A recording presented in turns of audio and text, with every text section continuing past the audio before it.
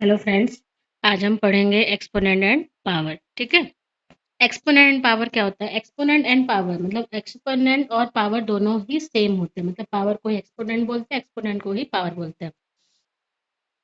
ठीक है। तो एक्सपोनेंट जो होता है वो मतलब उसको पावर की तरह हमें इंडिकेट करते हैं। ठीक है।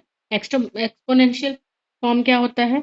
जब किसी भी पावर को एक्सपोनेंशियल फॉर्म में हम लिखते हैं, जैसे कि जो बेस होगा, जो बेसिक नंबर होगा, जो बेस होगा, उसमें जो भी पावर होगी, मतलब वो जो नंबर है वो कितने टाइम्स मल्टीप्लाई होकर आएगा, उसको बोलते हैं एक्सपोनेंशियल फॉर्म।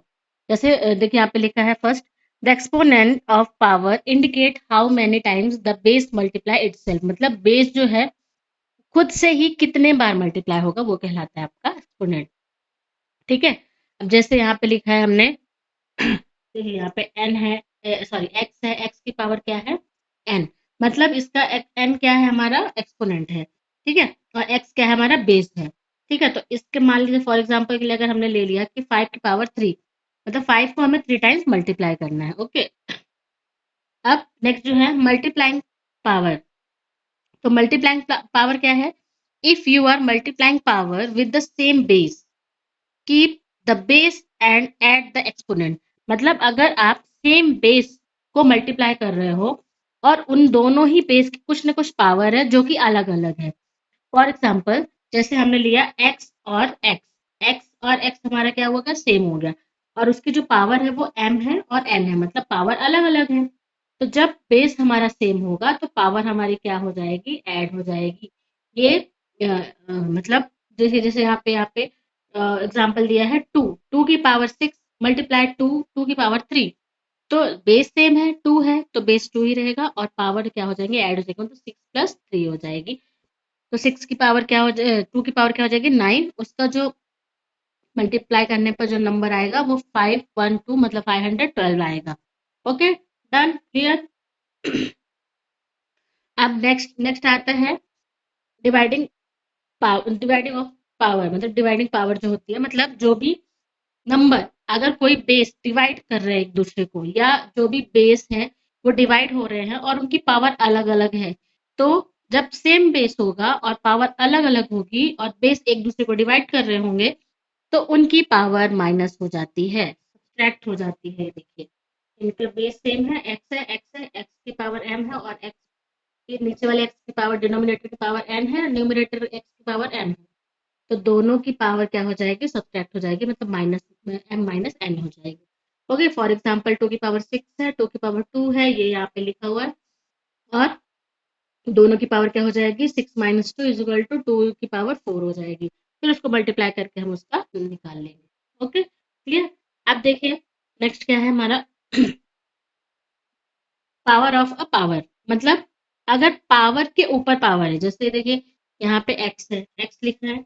ठीक है। एक्स की पावर है एम और उसकी होल पावर है, तो ब्रैकेट के बाहर भी पावर है एम, तो दो पावर है एक्स की। तो अब जब ऐसा कुछ होगा तो दोनों पावर क्या हो जाएंगी? मल्टीप्लाई हो जाएंगे। तो यहाँ पे देखिए एम और एन क्या हो रहा है? मल्टीप्लाई हो रहा है।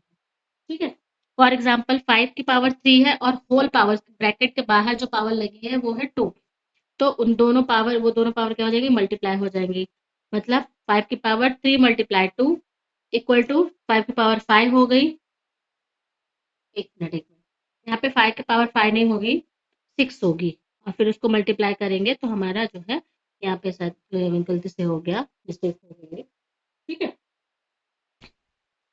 तो वहां पे आपको यहाँ पे 6 लिख देना है। उसके बाद है कि power law of,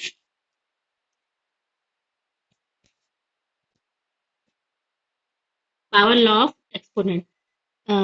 If the power of the base is powered by the same exponent, अगर दो नंबर है, दो बेस है और उनका जो पावर होगी वो एक ही होगी, जैसे एक्स और वाई दोनों अलग अलग बेस है। ठीक है। और उन दोनों की ब्रैकेट के बाहर पावर कितनी है? एन है, मतलब जो एन है वो एक्स की भी पावर है और वाई की भी पावर है।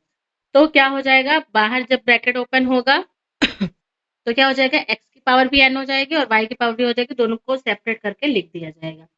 फिर यहाँ पे जैसे ए और बी की पावर क्या है? 2 है, तो ए बी स्क्वायर और बी स्क्वायर हो जाएगी, मतलब एक पावर 2 है और b की पावर भी 2 है। नेक्स्ट है क्वोशंट लॉ ऑफ एक्सपोनेंट, मतलब if the quotient of the base is powered by the same, मतलब अगर अगर दो नंबर है, अगर वो डिवाइड फॉर्म में है और उनकी होल की पावर n है, 1 है सिर्फ, मतलब कोई एक सेम नंबर है, तो उन दोनों की ही पावर होगी। जैसे यहाँ पे x की पावर n है ना, x की पावर क्या है, n है, x की पावर क्या है, n है, और x अपॉन y की पावर n है, मतलब x की पावर n है और y की पावर n है, ठीक है। x की पावर भी क्या है, n है, और y की, जैसे यहाँ पे 2/3 है, 2/3 की पावर क्या है हमारी, 4 है, तो 2 की भी पावर 4 है और 3 की भी पावर 4 है, दोनों को जब हम मल्टीप्लाई करेंगे तो फिर हमारा क्या आ जाएगा, नेक्स्ट हमारा क्या आ जाएगा, उसके बाद है negative law of exponent, if the base is powered by the negative exponent, अगर कोई बेस किसी भी नेगेटिव एक्सपोनेंट से क्या है, पावर है, मतलब m जो है, जो हमारा पावर है वो कोई नेगेटिव है, मतलब -3 -2 जो भी है ना, ऐसे कोई भी नंबर आप ले सकते हो, तो हमारा क्या हो जाएगा, उसको सिंपलेस्ट फॉर्म में या पॉजिटिव करने के लिए क्या करना पड़ेगा, उसको रेसिप्रोकल करना पड़ेगा। रेसिप्रोकल मतलब उसको उल्टा करेंगे। फॉर एग्जाम्पल कि जैसे हमने बोला कि यहाँ पे x की पावर m है, ठीक है, x की पावर क्या है, m है, तो अब हम यहाँ पे जो है x x अपॉन 1 लिख देंगे, ठीक है, x अपॉन 1, और इसकी पावर क्या हो जाएगी, -m, ठीक है।